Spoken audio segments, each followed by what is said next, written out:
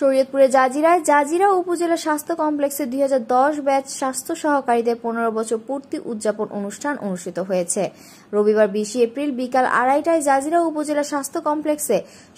সভাকক্ষে মোহাম্মদ আক্কাস চৌকিদারের সঞ্চালনা ও স্বাস্থ্য পরিদর্শক ইনচার্জ সায়েদ মোহাম্মদ মাসুমের সভাপতিত্বে অনুষ্ঠানের প্রধান অতিথি হিসেবে উপস্থিত ছিলেন জাজিরা উপজেলা স্বাস্থ্য ও পরিবার পরিকল্পনা কর্মকর্তা ডক্টর সাইফুন নাহার। বিশেষ অতিথি হিসেবে উপস্থিত ছিলেন আবাসিক মেডিকেলের অফিসার ডক্টর মোহাম্মদ রোমান বাদশাহ, স্বাস্থ্য পরিদর্শক তাসলিমা আক্তার, সহকারী স্বাস্থ্য পরিদর্শক Mohammad Selim Mridha, medical technologist EPI Mohammad Nazim Uddin Ahmed, প্রধান অফিস সহকারী মোহাম্মদ রোমান মিয়া, উপজেলা স্বাস্থ্য সহকারী অ্যাসোসিয়েশনের সভাপতি মোহাম্মদ আমিনুল ইসলাম, সাবেক সভাপতি মোহাম্মদ মনির হোসেন, সাধারণ সম্পাদক মোহাম্মদ ইসমাইল হোসেন, সাংগঠনিক সম্পাদক মোহাম্মদ সাইফুল ইসলাম, কোষাধ্যক্ষ সাইফুল ইসলাম স্বপন সহ 2010 জাজিরা উপজেলা স্বাস্থ্য কমপ্লেক্সে যোগদানকৃত সকল স্বাস্থ্য সহকারী বৃন্দ।